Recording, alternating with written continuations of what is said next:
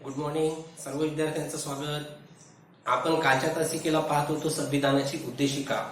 त्याच्या अगोदर आपण संविधान कोणी तयार केलं, वसुधा समितीचे, नंतर संविधान समितीचे अध्यक्ष किती दिवसानंतर तयार झालं, केव्हा लागू झालं, 26 जानेवारी 1950 पासून लागू झालं, अशी माहिती पाहिली. नंतर संविधानामध्ये जे काही महत्वाच्या संकल्पना दिलेल्या होत्या, संज्ञा दिल्या होत्या, त्या संज्ञांचा अभ्यास आपण मागच्या तासिकेला पाहिला.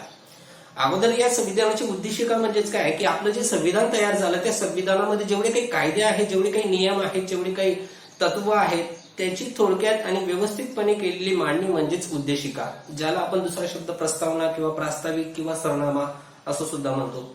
त्या सरनामामध्ये आपण पाहिलं होतं सार्वभौम म्हणजेच काय. सार्वभौम म्हणजे की आपल्या देशावर कोणत्याही देशाचं निर्बंध नसणे, याला सार्वभौम असे म्हणतात. की आपण आपल्या देशाचा राज्यकारभार करण्यासाठी सक्षम असणं, आपण आपल्या देशाचा राज्यकारभार स्वतः पाहणे, याला सार्वभौम असे म्हणतात. म्हणजे सर्व लोकांच्या हाती सत्ता असणे, याला सार्वभौम असे म्हणतात. ते पाहिलं. समाजवादी म्हणजे काय. समाजवादीमध्ये पाहिलं होतं की आपण भारतात गरीब व श्रीमंत यांच्यामध्ये कोणतीही प्रकारची दरी नसणे, आपली जी सार्वजनिक संपत्ती आहे त्या सार्वजनिक संपत्तीवर सर्वांचा समान हक्क असणे, याला समाजवादी असं म्हणतात. सर्वांचा समान हक्क आपल्या सार्वजनिक संपत्तीवर. कोणत्याही एका व्यक्तीकडे किंवा विशिष्ट जमातीकडे किंवा जातीच्या लोकांकडे संपत्तीचं केंद्रीकरण होणार नाही, याची पूर्णपणे काळजी या समाजवादी राज्यामध्ये घेतली जाते. म्हणजे समाजवादी राज्य म्हणजे काय त्याची माहिती आपण पाहिली. नंतर आपण धर्मनिरपेक्ष, की आपल्या देशामध्ये किंवा ज्या राज्यामध्ये कोणत्याही धर्माला महत्व नसतं, एका धर्माला महत्व नसतं, सगळ्यांना समानतेची वागणूक दिली जाते.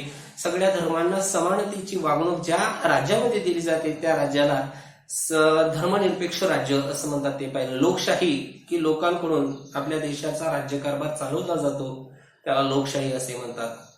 मग आपल्या लोकशाहीमध्ये की लोक दररोज एकत्र येऊ शकत नाही, ठराविक कालावधीनंतर एकत्र येतात. म्हणजे ठराविक कालावधीनंतर निवडणुका होतात आणि त्या निवडणुका झाल्यामधून आपल्यामधूनच काही लोकांची निवड करतात, ते कायदे करतात आणि कायद्यांची अंमलबजावणी करतात. म्हणजेच लोकशाही राज्य त्या ठिकाणी चालवलं जातं. नंतर गणराज्य. गणराज्यामध्ये सुद्धा पाहिलं होतं की जे काही महत्वाची पदं आहेत, सार्वजनिक पदं, जसं राष्ट्रपती आहे, प्रधानमंत्री आहेत, मुख्यमंत्री आहेत, उपराष्ट्रपती आहेत, महापौर असतात, सरपंच असतात, हे जे सार्वजनिक पदं आहेत ते सार्वजनिक पदं आपल्यामधूनच निवडून दिली जातात. आणि ते वंश परंपरेने एकाच कुटुंबाकडून येत नाही, ते आपल्यामधूनच असतात. तुम्ही सुद्धा त्या ठिकाणी विशिष्ट वय पूर्ण झाल्यानंतर, ठराविक कालावधीनंतर तुम्ही सुद्धा राष्ट्रपती होऊ शकतात, पंतप्रधान होऊ शकतात, सरपंच होऊ शकतात, महापौर होऊ शकतात तुम्ही सुद्धा. कारण आपल्या देशामध्ये गणराज्य पद्धत आहे की लोकांनी निवडून दिलेले, ज्यांना लोकांनी निवडून दिलेले असते ते लोक राष्ट्रपती होतात, पंतप्रधान होतात आणि मग ते आपल्या देशाचा राज्यकारभार चालवतात. यालाच म्हणतात गणराज्य. मग जसे ह्या संज्ञा पाहिल्या, जसं हे उद्दिष्टामध्ये लिहिलेलं होतं, अगदी त्याचप्रमाणे भारतामध्ये काही मूल्य त्या ठिकाणी आहेत. आपल्या संविधानाने आपल्याला काही मूल्य दिलेली आहेत, त्या मूल्यांची माहिती आपल्याला पाहिजे. मग आपल्या संविधानाने आपल्याला जे मूल्य दिलेले आहेत त्या मूल्यांमध्ये पहिलं मूल्य आहे ते म्हणजेच न्याय. तर न्याय कोणाला म्हणतात, तर त्या न्यायाची माहिती आपल्याला पाहिजे आहे. तर आपल्याला जे मूल्य दिलेले आहेत त्या मूल्यामध्ये पहिलं मूल्य आहे न्याय. आता न्याय कुणाला म्हणतात. न्याय म्हणजेच काय की अन्याय दूर करून आपल्या सर्वांना प्रगतीची संधी मिळवून देणे. अन्याय दूर करून आपल्या सर्वांना, म्हणजे ज्या देशामध्ये आपण राहत आहोत त्या देशामध्ये कोणत्याही व्यक्तीवर अन्याय होणार नाही, अन्याय दूर करून त्यांच्या सर्वांच्या प्रगतीची संधी उपलब्ध करून देणे, त्यांच्या स्वतःच्या विकासाची संधी उपलब्ध करून देणे ज्या देशामध्ये असेल त्याला म्हणतात न्याय. म्हणजेच भारतामध्ये न्याय आहे. भारतामध्ये प्रत्येकावर कोणत्याही प्रकारचा अन्याय होत नाही आणि अन्याय न होता आपल्या प्रगतीची आपल्याला संधी उपलब्ध करून दिलेली आहे की तुम्ही तुमची स्वतःची प्रगती करू शकतात, विकास करू शकतात. याला म्हणतात न्याय. न्याय याचा दुसरा अर्थ असं सांगता येईल की न्याय म्हणजेच लोकांचं कल्याण कसं साधलं जाईल, लोकांचा विकास कसा साधला जाईल, लोकांचा विकास साधण्यासाठी केलेल्या उपाययोजना, लोकांचं कल्याण साधण्यासाठी केलेल्या उपाययोजना म्हणजे न्याय. कोणत्याही प्रकारचा त्या व्यक्तीवर अन्याय होणार नाही, त्या व्यक्तीची प्रगती कशी होईल, त्या व्यक्तीचा विकास कसा होईल, या दृष्टीने त्या ठिकाणी उपाययोजना केलेल्या असतात.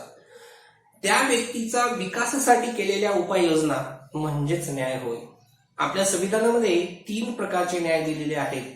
आता न्यायाचे आपल्याला 3 प्रकार बघायचे आहेत, जसं की आहे आर्थिक न्याय, सामाजिक न्याय, राजकीय न्याय. तर आपल्याला एक न्याय बघायचा आहे. तर न्याय कोणाला म्हणतात म्हणजेच काय, की ज्या लोकांवर, ज्या देशामध्ये जे लोक राहत आहेत त्या लोकांचा विकास साधण्यासाठी केलेल्या उपाययोजना याला न्याय म्हणतात. त्यांच्यावर कोणत्याही प्रकारचा अन्याय होणार नाही, त्याची प्रगती होईल, त्याचा जास्तीत जास्त विकास कसा होईल यासाठी ज्या उपाययोजना केलेल्या असतात त्याला न्याय म्हणतात. मग या न्यायाचे 3 प्रकार आहेत. त्याच्यापैकी आपल्याला पहिला न्यायाचा प्रकार पाहायचा आहे सामाजिक न्याय. सामाजिक न्याय. आता सामाजिक न्याय म्हणजेच काय, तर भारतामध्ये विविध जातीचे, धर्माचे, पंथाचे लोक राहतात आणि विविध जाती, धर्माचे, पंथाचे जे लोक आहेत त्या सर्व लोकांना, सर्व जातीच्या लोकांना, सर्व पंथाच्या लोकांना त्या ठिकाणी न्याय दिला जातो. त्यांच्यावर कोणत्याही प्रकारचा अन्याय होत नाही. म्हणजेच भारतामध्ये जर विचार केला तर भारतामध्ये भरपूर धर्म आहेत, भरपूर वंश आहेत, जाती आहेत, पंथ आहेत, भरपूर प्रदेश आहेत, जन्मस्थान आहेत. त्या प्रदेशावरून, त्या जातीवरून, त्या धर्मावरून, प्रदेशांवरून कोणत्याही प्रकारच्या व्यक्तीवर अन्याय केला जात नाही, भेदभाव केला जात नाही.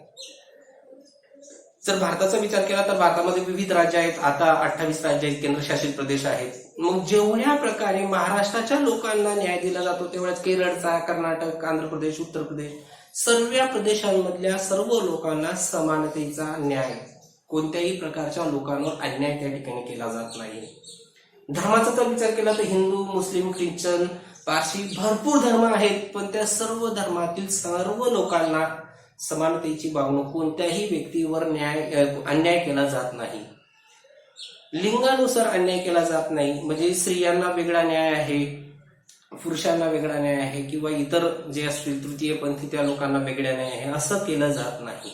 जातीनुसार, धर्मानुसार, वंशानुसार, पंथानुसार सगळ्यांना समानतेची वागणूक दिली जाते. कोणत्याही व्यक्तीवर अन्याय केला जात नाही. सर्वांना त्यांचा विकास, जास्तीत जास्त विकास, प्रगती कशी होईल त्या ठिकाणी ती उपाययोजना केली जाते. म्हणजेच जात, धर्म, वंश, पंथ, नंतर लिंग, प्रदेश यानुसार कोणताही भेदभाव केला जात नाही. याला म्हणतात सामाजिक न्याय. याला म्हणतात सामाजिक न्याय. की भारतामध्ये जेवढे धर्माचे लोक आहेत, पंथाचे, वंशाचे, प्रदेशातील लोक आहेत, लिंगानुसार भेदभाव त्या ठिकाणी केला जात नाही. अशा गोष्टीला सामाजिक न्याय असे म्हणतात. जर कधी भारतामध्ये सामाजिक न्याय राहिला नसता तर विशिष्ट धर्माचे लोक किंवा विशिष्ट पंथाच्या लोकांची प्रगती झाली असती, विशिष्ट धर्माच्या लोकांची प्रगती झालीच नसती. पण भारतामध्ये तसं नाही. भारतामध्ये सर्व धर्मांची समान प्रगती झालेली आहे. सर्व पंथाची, स्त्री असो अथवा पुरुष असो, वेगवेगळे जाती धर्माचे असो, पंथाचे असो, प्रदेशाचे असो, प्रत्येक व्यक्तीला त्या ठिकाणी समानतेची वागणूक सामाजिक न्यायाद्वारे दिली जाते. याला म्हणतात सामाजिक न्याय. दुसरा न्याय आहे आर्थिक न्याय. आर्थिक न्याय. आता आर्थिक न्याय कुणाला म्हणतात? आर्थिक न्यायाच्या अगोदर आपण काही गोष्टी पाहू, जसं की आहे भूक, उपासमार, कुपोषण. उपासमार, कुपोषण. भूक, उपासमार आणि कुपोषण हे कशामुळे निर्माण होतं? तर हे गरिबीमुळे निर्माण होतं, हे दारिद्र्यामुळे निर्माण होतं, गरिबीमुळे निर्माण होतं. भूक, उपासमार आणि कुपोषण ही दरिद्रीमुळे निर्माण होतं, गरिबीमुळे निर्माण होतं. मग गरिबी दूर जर करायची असेल, दारिद्र्य जर दूर करायचे असेल तर प्रत्येक व्यक्तीला भूक, उपासमार आणि कुपोषणावर मात करण्यासाठी प्रत्येक व्यक्तीला आपलं उपजीविका मिळवण्याचा हक्क असणे. उपजीविका मिळवण्याचा हक्क असणे म्हणजेच काय, की कामधंदा करण्याचा हक्क, नोकरी करण्याचा हक्क. उपजीविका मिळवण्याचा हक्क याला म्हणतात. नोकरी करण्याचा हक्क किंवा कामधंदा करण्याचा हक्क यालाच म्हणतात उपजीविका मिळवण्याचा हक्क. मग आपली गरिबी दूर करण्यासाठी, आपली दारिद्र्य दूर करण्यासाठी, भूक, उपासमार आणि कुपोषणावर मात करण्यासाठी उपजीविका मिळवण्याचा हक्क असणे म्हणजेच आर्थिक न्याय होय. मग आर्थिक न्याय म्हणजे भेदभावावर आधारित नाही, त्याला समानतेची, कोणत्याही धर्माचा, जातीचा, पंथाचा व्यक्ती असो तो आपलं उपजीविकेचे साधन मिळवू शकतो. मग तो कोणत्याही प्रकारचा व्यवसाय असेल, कोणत्याही प्रकारची नोकरी असेल. पूर्वीच्या काळाचा जर विचार केला तर पूर्वीच्या काळी विशिष्ट नोकरी विशिष्ट लोकांनाच केली जाते किंवा विशिष्ट काम विशिष्ट लोकच करायचे. जसं कुंभार काम कुंभार असलेलाच व्यक्ती करायचा, चांभार काम चांभार असलेलाच व्यक्ती करायचा, किंवा शिंपी कुणबी असलेला कुणबीचाच व्यवसाय करायचा. पूर्वीच्या काळी होतं ते. परंतु आता जर विचार केला स्वतंत्र भारताचा, तर स्वतंत्र भारतामध्ये कोणत्याही जाती धर्माचा पंथाचा कोणताही व्यक्ती असेल त्याला त्याच्या मर्जीनुसार उपजीविकेचे साधन मिळवण्याचा हक्क आहे, म्हणजे नोकरी करण्याचा हक्क आहे, म्हणजे आपली प्रगती करण्याचा हक्क आहे. म्हणजेच जर असं असेल तर भारतामध्ये भूकबडी, उपासमार, कुपोषण ह्या गोष्टी दिसणार नाही. म्हणून भारतामध्ये आर्थिक न्याय दिलेला आहे. आर्थिक न्याय कोणत्याही जाती धर्म पंथाला कंपल्सरी केलेला नाही, प्रत्येकाला समानतेची वागणूक दिलेली आहे. तो त्याच्या क्षमतेनुसार त्याच्यामध्ये असलेल्या क्षमतेनुसार त्या ठिकाणी तो कामधंदा करेल, नोकरी करेल आणि आपलं उपजीविकेचं साधन मिळवेल. याला म्हणतात आर्थिक न्याय. तर आर्थिक न्याय म्हणजेच काय की आपल्या कुटुंबाचं पालन पोषण करण्यासाठी उपजीविकेचे साधन मिळवणे, आणि हे कोणत्याही धर्माला जातीला त्या ठिकाणी भेदभाव न करता त्या ठिकाणी समानतेची संधी दिलेली असते, त्याला आर्थिक न्याय असे बोलतात. मग सामाजिक न्याय म्हणजे काय, जात धर्म पंथ यानुसार कोणत्याही व्यक्तीवर अन्याय वगैरे केला जात नाही. आर्थिक न्याय उपजीविकेचं साधन मिळवण्यासाठी कोणत्याही धर्माला अन्याय वगैरे केला जात नाही, त्याला म्हणतात आर्थिक न्याय. आता तिसरा आहे राजकीय न्याय. राजकीय न्याय जर भारत देशाचा विचार केला तर भारत देशामध्ये राजकीय न्याय आहे, म्हणजे राजकारणामध्ये सक्रिय सहभाग असणे. प्रत्येक धर्माचे, प्रत्येक जातीचे, प्रत्येक भारतामध्ये जेवढे नागरिक आहेत, जेवढे धर्माचे आहेत, पंथाचे आहेत, जातीचे आहेत, वंशाचे आहेत, प्रदेशाचे आहेत, त्यांना सगळ्यांना समान राजकीय हक्क असणे. तर समान राजकीय हक्क म्हणजेच काय की विशिष्ट वय वर्ष पूर्ण झाल्यानंतर, प्रौढ मतदानाचा हक्क आहे भारतामध्ये. म्हणजे जर तुमचं वय 18 वर्ष असेल तर 18 वर्षावरील जे काही मुलं असतील, व्यक्ती असतील, त्या प्रत्येक व्यक्तीला, तो कोणत्याही जातीचा, धर्माचा, पंथाचा असो, कोणताही असो, त्या व्यक्तीला मतदानाचा हक्क आहे. एवढंच नाही तर गणराज्यामध्ये पण पाहिलं होतं आपण की राष्ट्रपती, पंतप्रधान, सरपंच असेल, कोणत्याही जाती धर्माचा असेल तो होऊ शकतो. कारण भारतामध्ये राजकीय न्याय आहे, भेदभाव केला जात नाही, कोणावरही अन्याय केला जात नाही. असं कधीच नाही होणार की विशिष्ट धर्माचाच व्यक्ती राष्ट्रपती का झाला. भारतामध्ये कोणत्याही धर्माचा राष्ट्रपती होऊ शकतो, हिंदू पण होऊ शकतो, मुस्लिम पण होऊ शकतो, झालेले आहेत. एपीजे अब्दुल कलाम ते मुस्लिम धर्माचे होते, मग ते राष्ट्रपती झाले. हिंदू तर भरपूर झालेले आहेत. पंतप्रधान कोणी होऊ शकतं, उपराष्ट्रपती कोणी होऊ शकतं, मुख्यमंत्री कोणी होऊ शकतं, कोणत्याही जाती धर्माचे पंथाचे लोक होऊ शकतात. कारण भारतामध्ये राजकीय न्याय दिलेला आहे. आणि राजकीय न्यायामध्ये सुद्धा भारताने प्रौढ मतदान पद्धत स्वीकारलेली आहे. प्रौढ मतदान पद्धत म्हणजे काय, प्रौढ मतदान पद्धत म्हणजे वयाचं 18 वर्ष पूर्ण झाल्यानंतर, किती वर्ष, 18 वर्ष पूर्ण झाल्यानंतर त्या व्यक्तीला मतदानाचा हक्क असतो. मग तो व्यक्ती कोणत्याही जातीचा, धर्माचा, पंथाचा असेल, कोणताही असेल. असं नाही की मुस्लिम धर्माच्या लोकांना मतदान करले जाऊ देणार नाही, किंवा हिंदू धर्माच्या लोकांना मतदान करता येणार नाही, किंवा पारसी लोकांना मतदान करता येणार नाही. जर तो भारताचा नागरिक असेल तर तो भारताचा नागरिक कोणत्याही जाती धर्माचा, पंथाचा असो, कोणीही असो, त्याला सर्वांना समानतेची वागणूक, त्यांच्यावर कोणत्याही प्रकारचा अन्याय होणार नाही असं करता त्या ठिकाणी त्यांना मतदान करता येतं. म्हणजे त्यांना राजकीय स्वरूपाचे न्याय आहे. एवढंच नाही तर भारतामध्ये जे सार्वजनिक पदं आहेत, राष्ट्रपती असो की पंतप्रधान की मुख्यमंत्री की सरपंच, गावाच्या सरपंच पासून तर देशाच्या राष्ट्रपतीपर्यंत कोणीही व्यक्ती त्या ठिकाणी होऊ शकतो, जर त्याला भारतीय लोकांनी मतदान पद्धतीने निवडून दिलेलं असेल. वयाचं 18 वर्ष पुढे व्यक्तींना मतदान करण्याचा हक्क आहे. हे आहे राजकीय न्याय. तर अशा प्रकारे आपण न्याय म्हणजे काय ते पाहू शकतो. आता आपल्याला बघायचंय स्वातंत्र्य म्हणजे काय. तर स्वातंत्र्य ही संकल्पना आपण पाहू. आता पुढचं मूल्य आहे ते म्हणजे स्वातंत्र्य. स्वातंत्र्य म्हणजेच काय, स्वातंत्र्य म्हणजेच आपल्यावर कोणत्याही प्रकारचा जाचक आणि अयोग्य निर्बंध नसणे. आपल्यावर कोणत्याही प्रकारचा जाचक आणि अयोग्य निर्बंध नसणे याला स्वातंत्र्य असणे असे म्हणतात. आपल्यामधील क्षमतांचा विकास होण्यासाठी पोषक वातावरण असणे, आपल्यामधील क्षमतांचा विकास होण्यासाठी पोषक वातावरण असणे म्हणजे स्वातंत्र्य असणे होय. आपल्यावर कोणत्याही प्रकारचा जाचक आणि अनिर्बंध असा अयोग्य निर्बंध नसणे, आपल्यावर कोणत्याही प्रकारचा जाचक निर्बंध नसणे, अयोग्य निर्बंध नसणे याला स्वातंत्र्य असे म्हणतात. किंवा आपल्यामधील क्षमतांचा विकास होण्यासाठी पोषक वातावरण असणे, आपल्यामधील क्षमतांचा विकास होण्यासाठी पोषक वातावरण असणे याला स्वातंत्र्य असणे असे म्हणतात. आणि प्रत्येक लोकशाहीमध्ये स्वातंत्र्य असतं, प्रत्येक लोकशाहीमध्ये. उदाहरणार्थ भारत हा देश आहे, आपल्या भारत देशामध्ये लोकशाही आहे आणि लोकशाही असल्यामुळे प्रत्येक व्यक्तीला स्वातंत्र्य आहे, प्रत्येक व्यक्तीला स्वातंत्र्य आहे. मग आपल्या देशामध्ये प्रत्येक व्यक्तीला स्वातंत्र्य असल्यामुळे आपला विकास होण्यासाठी आपल्याला आपल्या देशात पोषक वातावरण आहे. तुम्हाला कोणीही त्या ठिकाणी बळजबरी करणार नाही किंवा कोणीही तुमच्यावर अन्याय करणार नाही.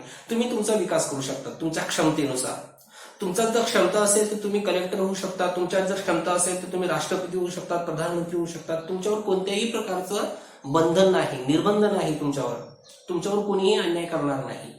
तुमच्या क्षमतेनुसार तुम्ही तुमचा स्वतःचा विकास करू शकता. आपण भरपूर वेळेस वर्तमानपत्रामध्ये ऐकतो की भाजीपाला विकणाऱ्यांची मुलगी किंवा मुलगा कलेक्टर झाला, जिल्हाधिकारी झाला. त्यांच्यामध्ये जशी क्षमता असेल त्या क्षमतेनुसार तुमचा विकास होऊ शकतो. मग असं कुठे होतं? ज्या देशात लोकशाही असेल त्या देशात. कारण ज्या ज्या देशामध्ये लोकशाही आहे त्या त्या लोकशाही असलेल्या देशामध्ये प्रत्येक व्यक्तीला स्वातंत्र्य आहे, प्रत्येक व्यक्तीला स्वातंत्र्य आहे. म्हणून पुढचं मूल्य आहे स्वातंत्र्य. स्वातंत्र्य म्हणजेच काय की तुमच्यावर कोणत्याही प्रकारचा जाचक किंवा अयोग्य निर्बंध लादला जाणार नाही. तुम्ही स्वतंत्र आहात. तुमच्यामधल्या क्षमतांचा विकास होण्यासाठी तुम्हाला त्या देशामध्ये तसं वातावरण आहे, पोषक वातावरण आहे. तुम्ही तुमचा स्वतःचा विकास करू शकता. स्वातंत्र्याचे मूलभूत काही स्वातंत्र्य असतात, म्हणजे विचार स्वातंत्र्य आणि अभिव्यक्ती स्वातंत्र्य. विचार स्वातंत्र्य आणि अभिव्यक्ती स्वातंत्र्यानुसार, विचार स्वातंत्र्य आणि अभिव्यक्ती स्वातंत्र्यानुसार हे मूलभूत स्वातंत्र्य आहे. तर तुम्हाला तुमच्या देशामध्ये तुमचे विचार किंवा अभिव्यक्ती त्या ठिकाणी तुम्ही मांडू शकतात, विचार मांडू शकतात. प्रत्येकाला आपले मत त्या ठिकाणी सादर करण्याचा हक्क असतो, मत आपलं प्रदर्शित करण्याचा हक्क असतो. जेव्हा तुम्ही तुमचं मत किंवा विचार व्यक्त करतात तेव्हा विचारांच्या देवाणघेवाणमधून किंवा एकमेकांच्या सहकार्यामधून एकोपा निर्माण होतो. विचारांच्या देवाणघेवाणामधून किंवा एकमेकांच्या सहकार्यांमधून एकोपा निर्माण होतो. आणि हा एकोपा निर्माण करणे म्हणजे विचार आणि अभिव्यक्ती स्वातंत्र्य. तुम्ही तुमचं मत मांडू शकता, तुम्ही तुमचा विचार मांडू शकता. तुमचं मत जर तुम्ही मांडताना तुमच्यावर कोणी अन्याय करत असेल तर तुम्हाला त्या ठिकाणी न्याय मिळू शकतो. तुमच्या मतावर कोणीही त्या ठिकाणी विरोध करू शकत नाही. तुमचा विचार व्यक्त करण्यावर कोणीही त्या ठिकाणी विरोध करू शकत नाही.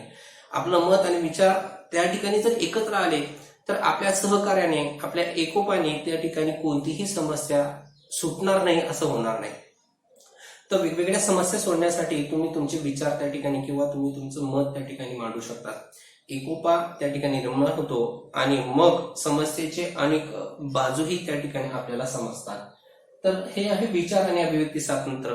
हे मूलभूत स्वातंत्र्य आहे, विचार आणि अभिव्यक्ती स्वातंत्र्य. अजून स्वातंत्र्याचे काही प्रकार, श्रद्धा, समजुती, उपासना याचे स्वातंत्र्य असणे. म्हणजेच काय की तुम्ही तुमच्या धर्मानुसार त्या ठिकाणी वागू शकता. तुम्ही तुमच्या धर्मानुसार सण किंवा सणावळ्या त्या ठिकाणी साजरे करू शकता. तुम्ही तुमच्या धर्मानुसार किंवा तुम्हाला आवडेल त्या धर्माच्या तुम्ही सण सणावळ्या साजरे करू शकता. श्रद्धा, समजुती आणि उपासनाचं स्वातंत्र्य म्हणजेच काय की तुम्ही तुमच्या श्रद्धेनुसार, तुम्ही तुमच्या धर्माच्या नियमानुसार, धर्माने सांगितलेले आहे त्यानुसार तुम्ही त्या ठिकाणी तुमचं मत त्या ठिकाणी प्रदर्शित करू शकता. उत्सव, सण त्या ठिकाणी साजरे करू शकता. तुम्हाला कोणीही बंधन लावणार नाही. याला म्हणतात श्रद्धा, समजुती आणि उपासनाचे स्वातंत्र्य. समजा तुम्ही हिंदू धर्माचे आहेत आणि जर तुम्हाला एखादा मुस्लिम धर्माचा किंवा ख्रिश्चन धर्माचा सण साजरा करायचा असेल तर तुम्हाला कुणीही बंधन लावणार नाही. तुम्ही त्यांचेही सण त्या ठिकाणी साजरे करू शकतात, उत्सव साजरे करू शकतात. किंवा त्या ठिकाणी कोणत्याही धर्माचे त्या ठिकाणी पोशाख असेल, विशिष्ट असा पोशाख, तो पोशाख तुम्ही त्या ठिकाणी परिधान करू शकतात. त्यांच्या म्हणण्यानुसार किंवा त्यांच्या सांगण्यानुसार त्या बळजबरी करतील त्यानुसार तुम्ही सण साजरे करायचे नाही. तुम्हाला स्वातंत्र्य आहे, तुम्हाला कोणता सण साजरा करायचा आहे, कोणते उत्सव साजरे करायचे, तुम्हाला बंधन कोणत्याही प्रकारचं नाही.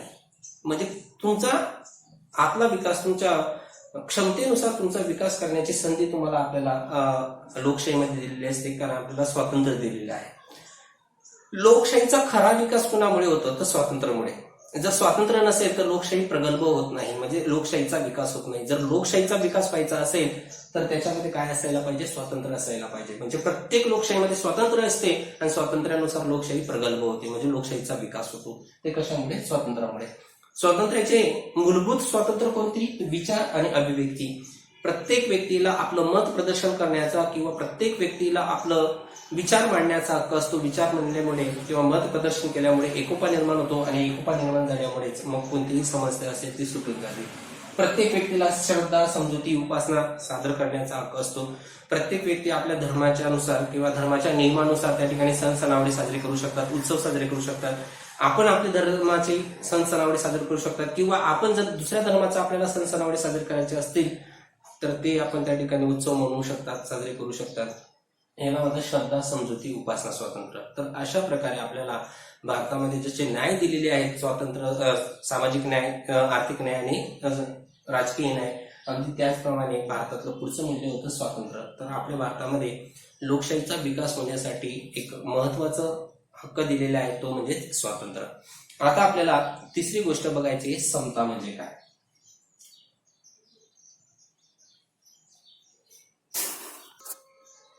आता पुढचा आहे समानता. समानता म्हणजे काय की भारतामध्ये दोन प्रकारच्या समानता आहेत, दर्जा आणि संधीची समानता.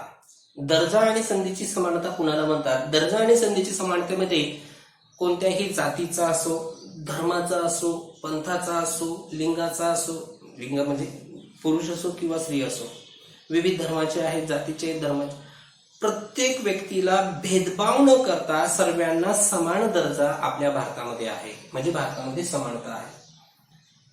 कारण भारतामध्ये विविध जातीचे लोक असतात, धर्माचे आहेत, पंथाचे, भरपूर जातीचे, भरपूर धर्माचे, पंथाचे, लिंगाचे.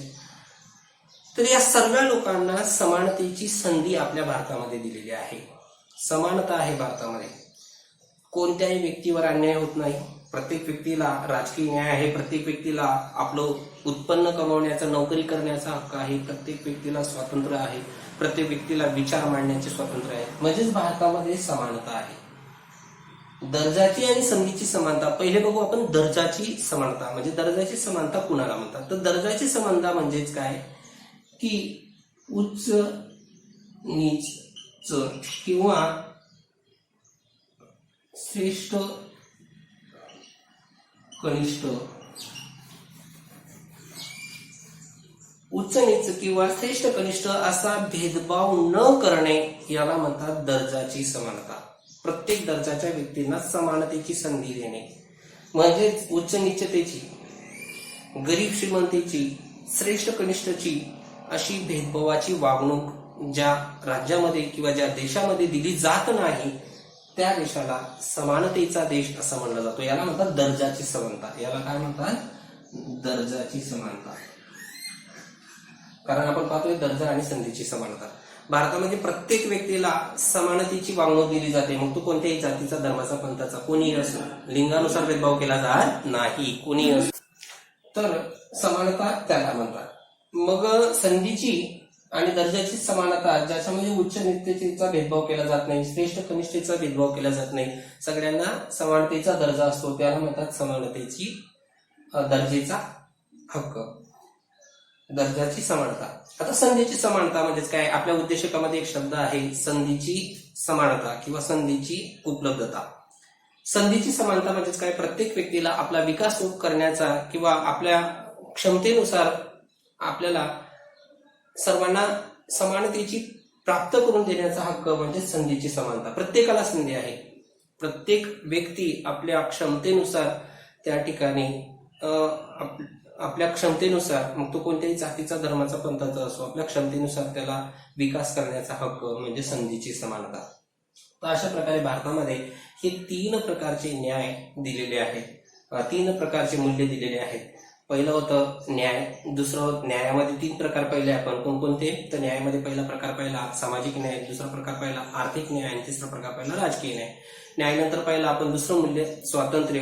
स्वातंत्र्याशिवाय लोकशाही प्रगल्भ होत नाही किंवा लोकशाहीचा विकास होत नाही, ते पाहिलं. नंतर आपण तिसरं पाहिलं समानता. समानतामध्ये दोन समानता असतात, दर्जाची समानता आणि संधीची समानता. दर्जाची समानता म्हणजे उच्च नीच किंवा श्रेष्ठ कनिष्ठ असा भेदभाव न करता सगळ्यांना समानतेची वागणूक देणे, याला म्हणतात दर्जाची समानता. आणि संधीची समानता म्हणजेच काय, प्रत्येक व्यक्तीला आपल्या क्षमतेनुसार आपला विकास करण्याची क्षमता असणे, संधी असणे, याला संधीची समानता असे म्हणतात. तर आपल्या उद्देशिकेमध्ये एक वेगळ्या प्रकारचं तत्व दिलेले आहे. जसं की आपल्या उद्देशिकेमध्ये काही संज्ञा होत्या, सार्वभौम वगैरे, गणराज्य, लोकशाही, धर्मनिरपेक्ष. जसं आपल्या तत्वे होती, जसं न्याय, समता, स्वातंत्र्य, अगदी त्याच प्रकारे एक वेगळ्या प्रकारचं तत्व आहे, ते म्हणजेच बंधुता. तर आपल्याला पुढचा मुद्दा बघायचा आहे, बंधुता म्हणजे काय. आता आपल्या या पाठामधला शेवटचा मुद्दा आहे, बंधुता म्हणजेच काय. आता बंधुता ही आपण का स्वीकारली. जे संविधान करते होते किंवा ज्यांनी संविधान तयार केलं, ते संविधान तयार करणाऱ्या लोकांना असं वाटत होतं की जर भारतामध्ये स्वातंत्र्य, समता, न्याय दिलं तर भारताचा विकास होईल किंवा भारतामध्ये लोकशाही निर्माण होईल. पण या संविधानकारांना माहित होतं की नुसतं स्वातंत्र्य, न्याय किंवा समता देऊन चालणार नाही. जोपर्यंत भारतामध्ये एकमेकांमध्ये बंधुता निर्माण होणार नाही, तोपर्यंत भारतामध्ये समता निर्माण होणार नाही. नुसतं स्वातंत्र्य, समता, बंधुता, न्याय, स्वातंत्र्य, समता देऊन चालणार नाही, असे कायदे करून चालणार नाही. किंवा आपल्या देशाचा जर विकास करायचा असेल, लोकशाहीचा प्रगल्भ करायची असेल, लोकशाहीचा जर विकास करायचा असेल, तर फक्त न्याय असून चालणार नाही, स्वातंत्र्य असून चालणार नाही, समता असून चालणार नाही. जोपर्यंत आपल्या लोकांमध्ये बंधुता असणार नाही, तोपर्यंत आपल्या भारतीयांचा विकास होणार नाही. बंधुभावाची निर्मिती जोपर्यंत भारतीय लोकांमध्ये निर्माण होणार नाही, एकमेकांविषयी आदर निर्माण होणार नाही, एकमेकांविषयी आपुलकी निर्माण होणार नाही, तोपर्यंत भारतामध्ये समता निर्माण होणार नाही. म्हणून हे उद्दिष्ट या उद्देशिकेमध्ये टाकलेलं आहे. संविधानाची जी उद्देशिका आहे त्या उद्देशिकेमध्ये याचा उल्लेख केलेला आहे, बंधुता. कारण या संविधानकर्त्यांना माहित होतं की नुसतं न्याय, स्वातंत्र्य, समता देऊन चालणार नाही, तर भारतीय लोकांमध्ये काय असायला पाहिजे, बंधुता असायला पाहिजे. जोपर्यंत एकमेकांविषयी आपुलकी असणार नाही, एकमेकांविषयी बंधुभाव असणार नाही, एकमेकांच्या समस्या सोडवण्यासाठी आपण प्रयत्न करणार नाही, एकमेकांच्या समस्येसाठी आपण जोपर्यंत संवेदनशीलपणे त्याच्याकडे पाहणार नाही, तोपर्यंत आपल्या देशाचा विकास होणार नाही, लोकशाही प्रगल्भ होणार नाही. म्हणून आपल्या देशाच्या विकासासाठी किंवा लोकशाही प्रगल्भ होण्यासाठी ज्याप्रमाणे न्याय, स्वातंत्र्य आणि समता महत्वाची आहेत, त्याचप्रमाणे बंधुता सुद्धा महत्वाची आहे. बंधुता म्हणजेच काय की एकमेकांविषयी आपुलकी असणे, एकमेकांच्या समस्या समजून सगळ्यांनी त्याच्यावर उपाययोजना शोधणे, याला म्हणतात बंधुता. लोकांच्या समस्यांबाबत संवेदनशील असणे. समजा आपली समस्या आहे तर ते आपली नसून सगळ्यांची समस्या मांडणे, किंवा इतर लोकांची समस्या आहे तर ती इतर लोकांची समस्या त्याची नसून आपली आहे, त्याच्यावर उपाययोजना करण्याचा हक्क आपल्याला पण आहे, याला म्हणतात बंधुता. एकमेकांविषयी आपुलकी. आणि जोपर्यंत एकमेकांविषयी आपुलकी असणार नाही, तोपर्यंत लोकशाहीचा विकास होणार नाही. म्हणून बंधुता सुद्धा महत्वाची आहे.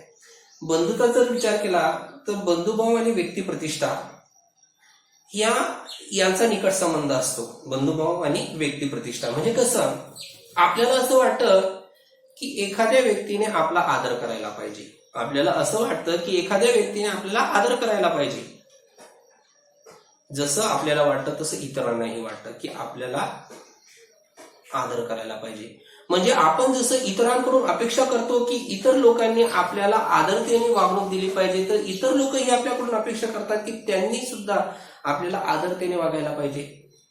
जोपर्यंत आपण एकमेकांचा आदर करणार नाही, तोपर्यंत व्यक्तिप्रतिष्ठा निर्माण होणार नाही. म्हणजेच बंधुभाव आणि व्यक्तिप्रतिष्ठा यांचा हा निकटचा संबंध आहे. जोपर्यंत आपल्यामध्ये बंधुतेची किंवा एकमेकांमध्ये चांगली वागण्याची आपल्यामध्ये मूल्य असणार नाही, तोपर्यंत व्यक्तिप्रतिष्ठा निर्माण होणार नाही. प्रत्येक व्यक्तीने आपल्या देशामध्ये प्रत्येक व्यक्तीने एकमेकांना आदरतेची वागणूक दिली पाहिजे, मग तो कोणत्याही जाती धर्माचा असो, पंथाचा असो.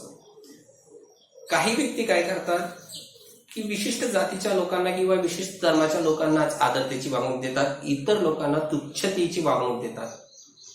मग आपल्या संविधानाला काही महत्व आहे का? नाही. आपल्या संविधानामध्ये असं म्हटलेलं आहे की प्रत्येक व्यक्तीला समानतेची संधी आहे, जाती धर्मानुसार भेदभाव केला जाणार नाही. मग जोपर्यंत तुमच्यामध्ये ही बंधुता निर्माण होणार नाही, एकमेकांविषयी आदर निर्माण होणार नाही, तोपर्यंत व्यक्ती प्रतिष्ठा निर्माण होणार नाही.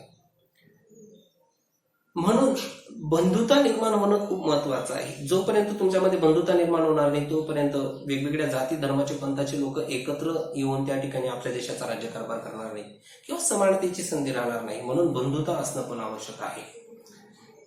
जर आपण एकमेकांचा आदर केला, एकमेकांमध्ये आपुलकी दाखवली, तर आपोआपच त्या ठिकाणी व्यक्तिप्रतिष्ठा निर्माण होते, बंधुभाव वाढीस लागतो आणि व्यक्तिप्रतिष्ठा निर्माण होते आणि न्याय आणि समतेवर आधारित समाजाची निर्मिती होत असते.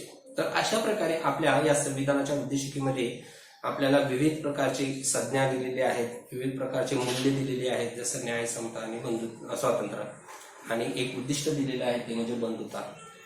तर अशा प्रकारे या उद्देशिकेमध्ये किंवा या सरनाम्यामध्ये जे शब्द आहेत, आपण जो सरनामा दररोज वाचतो सकाळी आपल्या असेंब्लीमध्ये की आम्ही भारताचे लोक, सार्वभौम, समता, धर्मनिरपेक्ष लोकशाही गणराज्य घडवण्याचा, नंतर तत्व दिलेले आहेत. त्याच्यामध्ये तत्व कोणते? न्याय, न्यायामध्ये 3 प्रकार, न्याय नंतर स्वातंत्र्य, समता, बंधुता, हे जे शब्द बोलतो या शब्दांचं विश्लेषण जर केलं तर या पद्धतीने करता येईल आणि यानुसार मग आपल्या देशाची लोकशाही त्या ठिकाणी प्रगल्भ होईल.